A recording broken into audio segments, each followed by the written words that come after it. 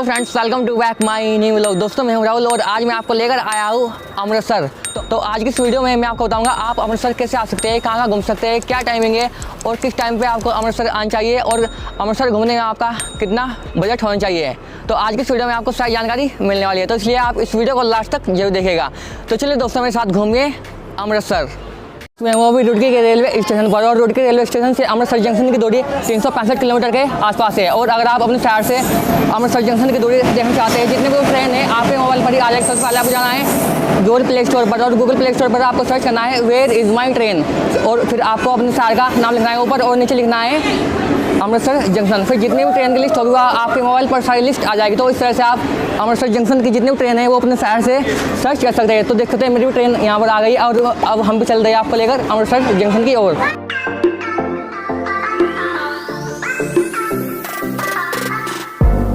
ये अमृतसर का railway station है। अमृतसर का रेलवे नेटवर्क देश के बड़े बड़े शहरों से जुड़ा हुआ है। आप यहाँ डायरेक्ट ट्रेन पकड़कर आ सकते हैं और आप यहाँ बाई बस के थ्रू भी आ सकते हैं। दिल्ली, जम्मू और हरिद्वार से डायरेक्ट अमृतसर के लिए बस मिल जाती है। अमृतसर में रेलवे स्टेशन और बस स्टैंड 2 किलोमीटर की दूरी पर है। और अगर आप काफी दूर से आ रहे हैं तो अमृतसर में एयरपोर्ट भी है। आप हवाई जहाज के जरिए भी आ सकते हैं। अमृतसर शहर से एयरपोर्ट 11 किलोमीटर की दूरी पर है। दोस्तों जैसे आप अमृतसर के रेलवे स्टेशन पर आएंगे तो सबसे पहले आपको यहाँ पर गोल्डन टेम्पल की झलक देखने के लिए मिल जाएगी, जैसा कि आप मेरे पीछे देख सकते हो।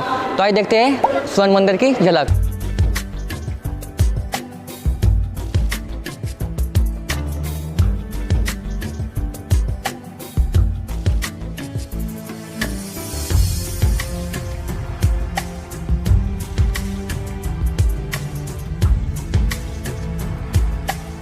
सबसे पहले दोस्तों हम जा रहे हैं गोल्डन टेम्पल के लिए और गोल्डन टेम्पल के लिए आपको फ्री बस मिल जाएगी अमृतसर के रेलवे स्टेशन के ठीक सामने से, जैसे आप मेरे पीछे देख सकते हो। तो आज चलते हैं आपको लेकर। तो देखिए फ्रेंड्स, ये बस है जो हमें गोल्डन टेम्पल के लिए ले जाने वाली है। अमृतसर रेलवे स्टेशन से गोल्डन टेम्पल 3.5 किलोमीटर की दूरी पर है और रेलवे स्टेशन से गोल्डन टेम्पल के लिए श्री दरबार साहिब की फ्री बस सेवा है, जो 24 घंटे रेलवे स्टेशन पर खड़ी रहती है। जब कोई भी ट्रेन अमृतसर आती है तो जितने भी यात्री गोल्डन टेम्पल के दर्शन करने के लिए आते हैं उन सभी को दरबार साहिब की बस गोल्डन टेम्पल लेकर जाती है और उधर से लेकर भी आती है। तो जैसे ही पाजी आप गोल्डन टेम्पल के लिए आएंगे तो आपको ਤੁਹਾਡੇ लिए ये फ्री दी सेवा मिल जाएगी आपके लिए। यहाँ पे ये नाश्ते की सेवा है आपके लिए और ये निःशुल्क होती है जी। तो आप गोल्डन टेम्पल जब भी आएंगे तो आप यहाँ से ये ब्रेकफास्ट कर सकते हैं। दोस्तों ये है गोल्डन टेम्पल के बाहर की पूरी मार्केट और इस मार्केट के बीचों बीच बैठने के लिए बेंच की व्यवस्था की गई है। और अगर आप शॉपिंग के शौकीन हैं तो आप यहाँ से फुलकारी दुपट्टा, पंजाबी चूड़ा और पंजाबी जूती खरीद सकते हैं। और कुछ कदम चलने के बाद आपको यहाँ पर जलियांवाला बाग के भी दर्शन हो जाते हैं। जलियांवाला बाग और गोल्डन टेम्पल आसपास ही है, तो आप आसानी से जलियांवाला बाग भी घूम सकते हैं। और इस पूरी मार्केट से लेकर गोल्डन टेम्पल तक साफ सफाई का विशेष ध्यान रखा गया है। जितनी साफ सफाई यहाँ पर है उतनी साफ सफाई मैंने आज तक नहीं देखी और हो सकता है आपने भी ना देखी हो। और दोस्तों जितने भी आप बिल्डिंग, होटल देख रहे हैं उन सभी बिल्डिंग का कलर आपको यहाँ पर सेम ही नजर आ रहा होगा। ये पूरा कलर गोल्डन टेम्पल को ही दर्शाता है। तो फाइनली पहुंच गए हैं दोस्तों हम गोल्डन टेम्पल में। ये पूरा व्यू गोल्डन टेम्पल के बाहर का है, जैसा कि आप देख सकते हो कितना सुंदर नजर आए। तो आइए अब आपको लेकर चलते हैं मंदिर के अंदर। लेकिन मंदिर के अंदर जाने से पहले आपको अपने जूते और बैग यहाँ जमा कराने होंगे। जूते और बैग जमा करने के लिए यहाँ पर निःशुल्क लॉकर की सुविधा बनी हुई है, तो आप अपने जूते और चप्पल यहाँ जमा कर सकते हैं। सत श्री अकाल दोस्तों, फाइनल पहुँच गए सिखों के सबसे बड़े आस्था के केंद्र अमृतसर के गोल्डन टेम्पल पे। तो आइए अब आपको लेकर चल रहे अंदर की ओर करवाते हैं यहाँ के दर्शन। मंदिर के अंदर जाने से पहले आपको अपने सिर को रुमाल या पटके से ढकना होता है, तभी आप मंदिर के अंदर जा सकते हैं। पटका आपको मंदिर के बाहर एक टोकरी में मिल जाएगा जो कि निःशुल्क होता है। उसके बाद ही आप मंदिर के अंदर जा सकते हैं। कुछ कदम चलने के बाद आपको यहाँ पर मंदिर के दर्शन हो जाते हैं। तो देख सकते हैं कितना सुंदर सा प्यारा सा व्यू है। अमृतसर में स्थित स्वर्ण मंदिर न केवल सिखों का धार्मिक स्थान है बल्कि सभी धर्मों की समानता का प्रतीक भी है। हर कोई चाहे वह किसी भी देश, जाति, धर्म का क्यों ना हो, बिना किसी रोक टोक के अपनी आध्यात्मिक शांति के लिए इस स्थान पर आ सकता है। स्वर्ण मंदिर में 4 द्वार बनाए गए हैं ताकि चारों धर्म के लोग मंदिर में मत्था टेक सके। स्वर्ण मंदिर को श्री हरमंदिर साहिब और दरबार साहिब के नाम से जाना जाता है। जब इस पवित्र स्थान के इतिहास की बात आती है तो इसकी नींव सिखों के चौथे गुरु श्री गुरु रामदास जी ने 1577 ईस्वी में रखी थी। उन्होंने यहाँ एक सरोवर का निर्माण कराया जिसे अमृतसर यानी अमृत का तालाब नाम दिया गया। अमृतसर शहर का नाम भी इसी तालाब के नाम पर रखा गया है। और 15 दिसंबर 1588 को गुरु रामदास के पुत्र गुरु अर्जुन देव जी, जो 5वें सिख गुरु थे, उन्होंने सरोवर के बीचों बीच मंदिर की स्थापना की और उसमें सिखों के सबसे पवित्र ग्रंथ गुरु ग्रंथ साहिब को स्थान दिया। मंदिर का निर्माण 1581 में शुरू हुआ और मंदिर को पूरा होने में करीब 8 साल का समय लग गया था।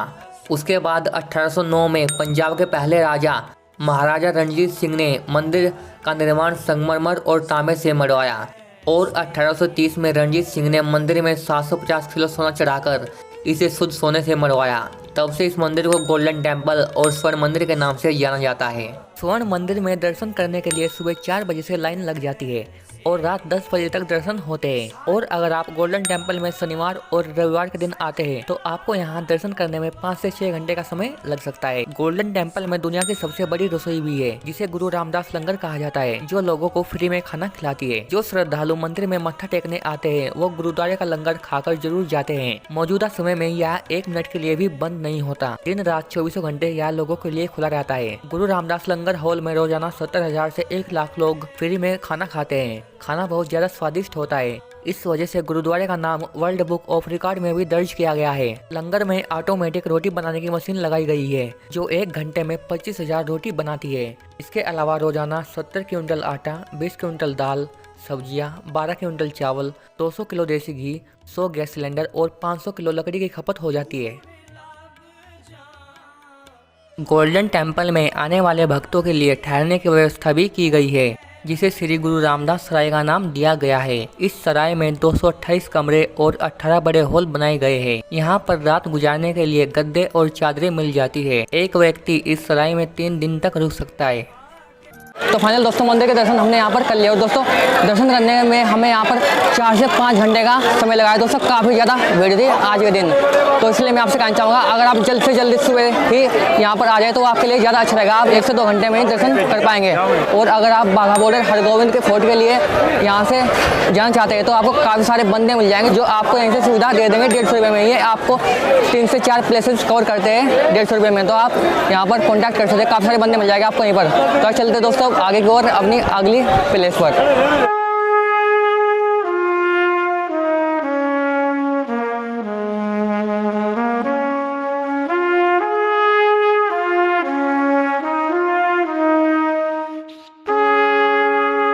तो हाँ जी दोस्तों स्वर्ण मंदिर दर्शन करने के बाद अब हम आपको लेकर आए हैं अटारी बॉर्डर पर। ये अटारी बॉर्डर है और इससे जो वाला बॉर्डर है वो है बाघा बॉर्डर जो कि पाकिस्तान का बॉर्डर पड़ता है। तो आइए दोस्तों आपको लेकर चलते हैं अंदर की ओर, दिखाते हैं यहाँ की वेटिंग रिट्रीट सेरेमनी। अब यहाँ पर वेटिंग रिट्रीट सेरेमनी होने वाली है और जो कि देखने में दोस्तों काफ़ी अच्छी लगती है। उधर से पाकिस्तान के सैनिक आते हैं और इधर से जाते हैं हमारे इंडिया के सैनिक और वो परेड करते हैं आपस में गुस्सा दिखाकर। तो काफ़ी मज़ा आता है दोस्तों। और अगर आप ये वेटिंग रिट्रीट सेरेमनी देखना चाहते हैं तो आपको यहाँ से लगभग 1 घंटा पहले ही आना पड़ेगा। तो जो टाइमिंग है वो मैं भी आपको बता दूंगा, लेकिन अभी आपको लेकर चलते हैं अंदर की ओर। अटारी बॉर्डर के अंदर आने से पहले आपकी चेकिंग की जाती है। बॉर्डर के अंदर आप Bluetooth, earphone, data cable, power bank या कोई भी वायर से बनी हुई चीज और बैग अंदर नहीं ले जा सकते। ये सारा सामान आपको पहले ही जमा कराना होता है, उसके बाद ही आप अंदर की एंट्री ले सकते हैं। लेकिन आप यहाँ अपना कैमरा लेकर जा सकते हैं। जैसे ही आप बॉर्डर के अंदर आएंगे तो आपको ऐसा लगेगा जैसे किसी क्रिकेट के स्टेडियम में आ गए हो। अटारी बॉर्डर को स्टेडियम की तरह ही बनाया गया है। अभी आपको ये पूरा स्टेडियम खाली खाली सा लग रहा है, लेकिन जैसे ही थोड़ा समय बीतेगा ये खाली जगह पर्यटकों से भर जाएगी। और अगर आप काफी पास जाकर इस समारोह को देखने का आनंद उठाना चाहते हैं तो यहाँ आने से पहले आपको BSF की वेबसाइट पर जाकर अपने आप को रजिस्ट्रेशन करना होता है, जिसमें आपको अपनी पर्सनल डिटेल भरनी होती है। उसके बाद ही आप अटारी बॉर्डर का सारा नज़ारा अपने पास से देख सकते हैं। और अगर आप रजिस्ट्रेशन नहीं करते तो आपको काफी दूर से ये नज़ारा देखने को मिलने वाला है।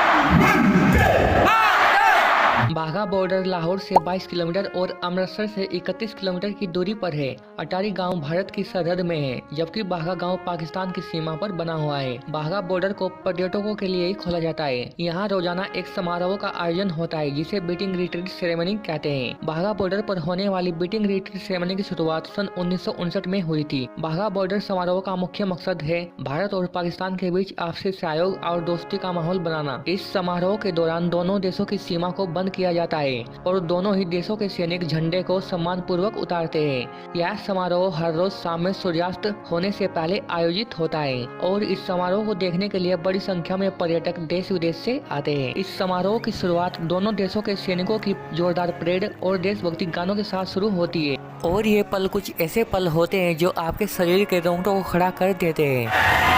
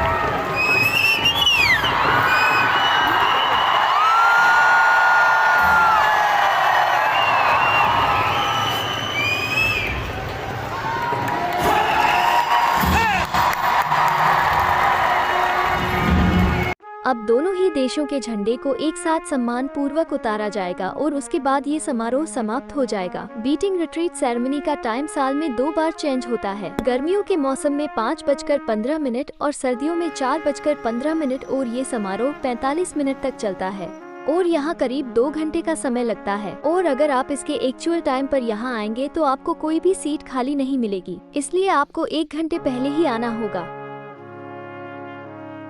अब हम आपको लेकर आए हैं जलियांवाले बाग में, जहां 13 अप्रैल सन 1919 को अंग्रेजी हुकूमत ने अमृतसर के जलियांवाले बाग में हजारों मासूम निहत्थे भारतीयों पर बड़ी ही बेरहमी के साथ गोलियां चलाकर उन्हें मौत की नींद सुला दिया था, जिसे हम सभी जलियांवाला बाग हत्याकांड और जलियांवाला बाग नरसंहार के नाम से जानते हैं। देश की इस आजादी की लड़ाई में हजारों भारतीय लोग शहीद हो गए थे, लेकिन इस ऐतिहासिक स्मारक के प्रति आपके मन में कई सवाल हो गए। आखिर इतनी बड़ी संख्या में जलियांवाले बाग में लोग क्यों इकट्ठा हुए और क्यों जनरल डायर को हजारों बेगुनाह लोगों पर गोली चलानी पड़ी और बाद में शहीद उधम सिंह ने जनरल डायर को मारकर जलियांवाले बाग का बदला लिया था। लेकिन जिसे उधम सिंह ने मारा वो जनरल डायर नहीं था, तो आखिर उधम सिंह ने किसे मौत के घाट उतारा था? तो चलिए लेकर चलते हैं आपको इतिहास के उन पन्नों में जिनको सुनकर आपके रोंगटे खड़े हो जाएंगे। इस ऐतिहासिक स्मारक की शुरुआत होती है इस शहीदी स्मारक और सरदार उधम सिंह की प्रतिमा से।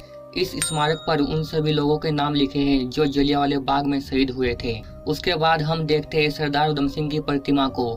इस प्रतिमा में सरदार उधम सिंह जलियांवाला बाग की मिट्टी हाथ में लेकर जनरल डायर और माइकल लॉ डायर को मारने की प्रतिज्ञा ले रहे हैं। फिर आप आएंगे हेरिटेज एली में, जहां आप 13 अप्रैल सन 1919 को बैसाखी के उत्सव में शामिल होने वाले लोगों का अनुभव करेंगे। इसके बाद यह जलकुंड शहीदों को अर्पित श्रद्धांजलि को निरंतर अभिव्यक्त करता रहता है। इसके आगे पहली गैलरी पंजाब के समृद्ध इतिहास और अंग्रेजों के खिलाफ पंजाब के लोगों द्वारा देश विदेश में हुए आंदोलनों का वर्णन करती है, और दूसरी गैलरी प्रथम विश्व युद्ध के दौरान अंग्रेजों द्वारा पंजाब का शोषण, काले कानून का विरोध और हत्याकांड के पहले हुए घटना चक्र का उल्लेख करती है। साथ ही यह गैलरी उस निर्मम नरसंहार की एक जीवंत अनुभूति भी कराती है। गोलियों से बचने की आखिरी उम्मीद थी यह शहीदी कुआं, जो आज भी उन मासूमों असहाय लोगों की चीखों को अपनी गहराइयों में समेटा हुआ है। इसके बाद तीसरी गैलरी उस निर्दयी हत्याकांड के बाद समस्त देशवासियों की एकजुटता को अभिव्यक्त करती है, और बेगुनाहों के जिस्मों को भेद करने के लिए वह गोलियां आज भी जलियांवाला बाग की दीवारों पर अंकित है।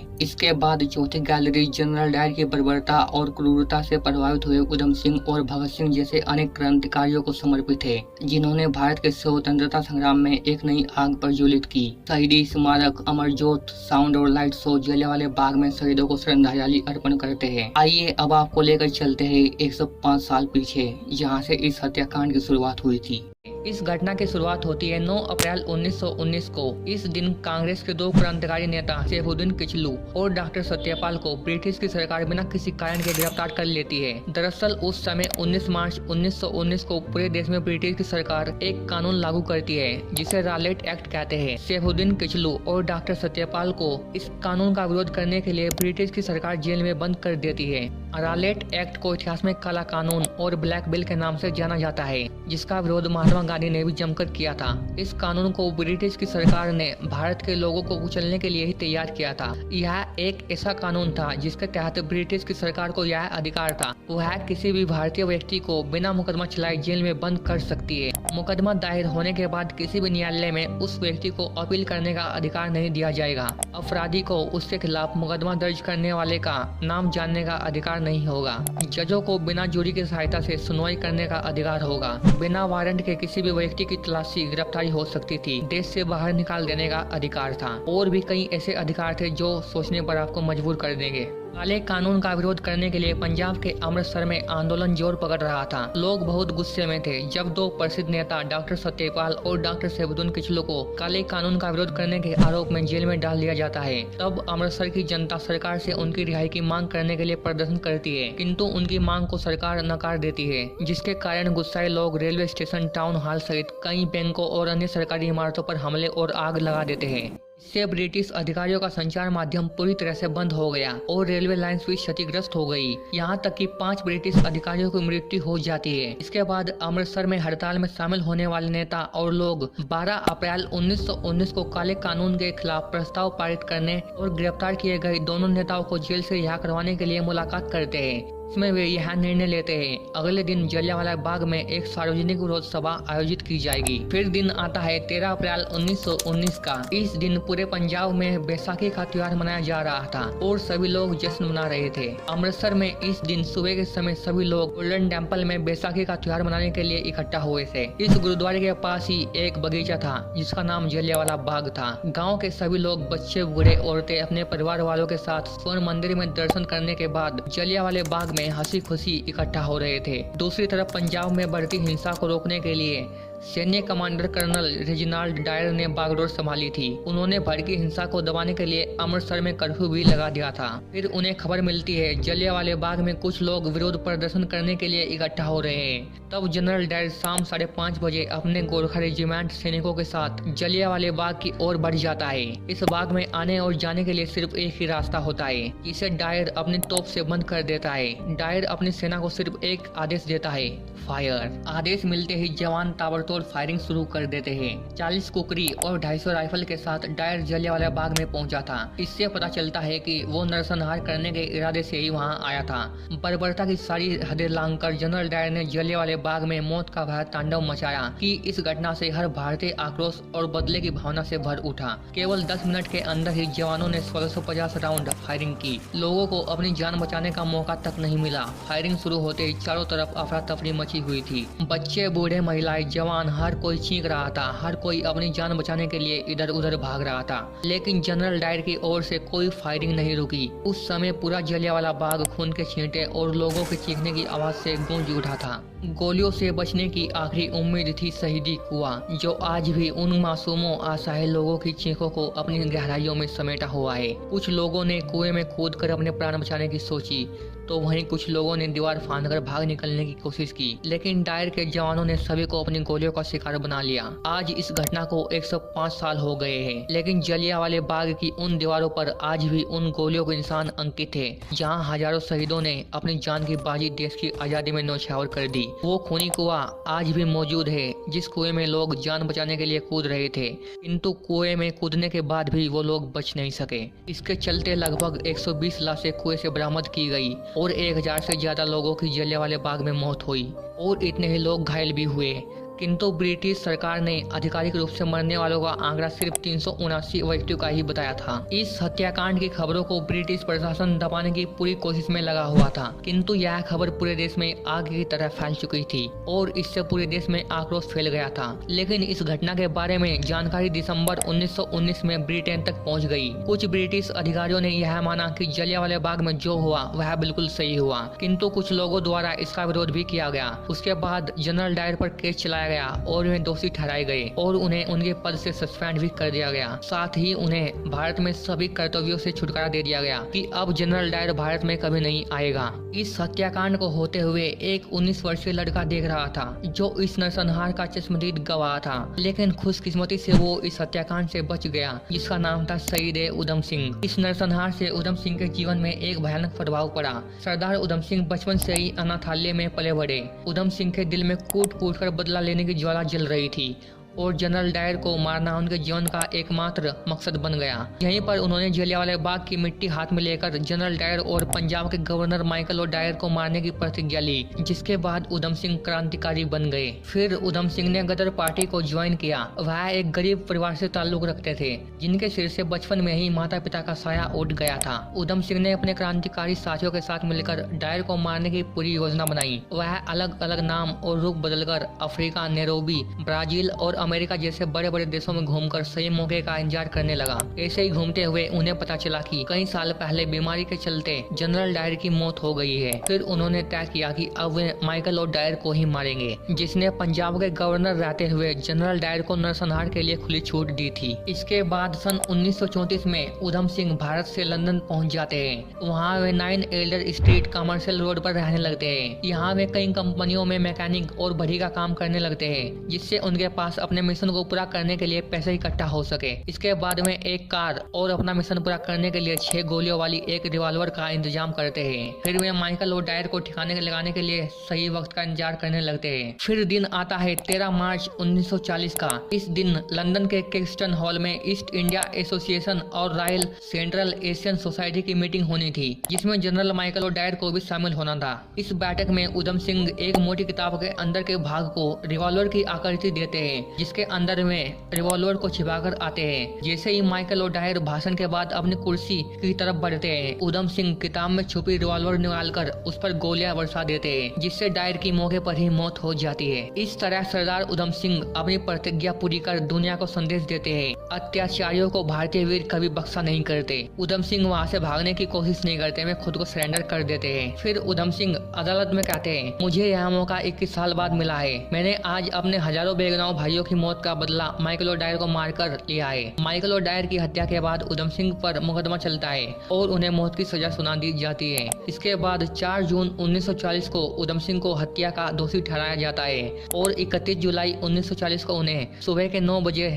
पेंटनविले जेल में फांसी दी जाती है। ब्रिटिश सरकार उधम सिंह की अंतिम रस्मों को पूरा नहीं करती और पेंटनविले जेल में उन्हें मदन लाल ढिंगरा की कब्र के पास दफना देती है। बाद में उधम सिंह की कब्र को खोदकर 19 जुलाई 1974 को भारत वापस लाया जाता है और यहीं उनका अंतिम संस्कार भारत की मिट्टी पर होता है।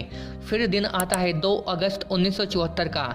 इस दिन सरदार उधम सिंह की अस्थियों को 7 कलशों में एकत्रित किया जाता है। उनमें से एक कलश को हरिद्वार, दूसरे को गुरुद्वारा कीरतपुर साहिब और तीसरे को रोजा शरीफ भेजा जाता है और जो अंतिम कलश है वो आज भी जलियांवाले बाग में रखा हुआ है। इस तरह यह क्रांतिकारी वीर भारतीय स्वाधीनता संग्राम के इतिहास में अमर हो जाता है। लेकिन यहाँ ध्यान में रखने वाली बात यह है, दोनों जनरल डायर अलग अलग शख्स थे। इन दोनों का संबंध जलियांवाले बाग हत्याकांड से था, इसलिए लोग उन्हें एक ही शख्स समझ लेते हैं। तो आइए अब बात करते हैं आपको अमृतसर कब और कितने दिनों के लिए यहाँ आना चाहिए और यहाँ घूमने के लिए आपके पास कितने रुपए होने चाहिए। अमृतसर घूमने का सही समय सितंबर से दिसंबर और फरवरी से मार्च तक का है। अमृतसर यात्रा के लिए यह सबसे अच्छा समय है। इन महीनों में मौसम बड़ा सुहावना रहता है। जनवरी में यहाँ काफी ठंडा रहता है और तापमान 5 डिग्री सेल्सियस पर पहुँच जाता है, जबकि मई और जून की चरम गर्मियों के महीनों में तापमान 40 डिग्री तक पहुँच जाता है। अमृतसर घूमने के लिए आपके पास 2 दिन का समय होना चाहिए। उसके बाद आपको अपने शहर से कोई ऐसी ट्रेन पकड़नी है जो दोपहर या शाम तक अमृतसर में आ जाए। अमृतसर में आने के बाद आपको एक रूम ले लेना है। रूम लेने के बाद आप नहा धोकर सबसे पहले जलियांवाले बाग में घूमने के लिए चले जाए, जहां आप साउंड और लाइट शो देख पाएंगे। जलियांवाले बाग के तुरंत बाद आप गोल्डन टेम्पल के दर्शन करने के लिए चले जाए। उसके बाद आप लंगर खाकर अपने कमरे पर वापस आ जाए। लेकिन ये दोनों जगह आपको उसी रात को ही कवर कर लेनी है। फिर अगले दिन आपको अपने होटल से चेक आउट कर लेना है। अगले दिन रूम लेने की कोई जरूरत नहीं है और उसके बाद आपको चले जाना है पार्टीशन म्यूजियम देखने। यहाँ आपको भारत और पाकिस्तान के बंटवारे की चीजें देखने के लिए मिलने वाली है और उसके बाद आप हेरिटेज मार्केट को भी एक्सप्लोर कर सकते हैं। अगर आपको शॉपिंग वॉपिंग करनी है तो आप यहाँ से कुछ भी खरीद सकते हैं। फिर आपको जाना है बाघा बॉर्डर को देखने के लिए।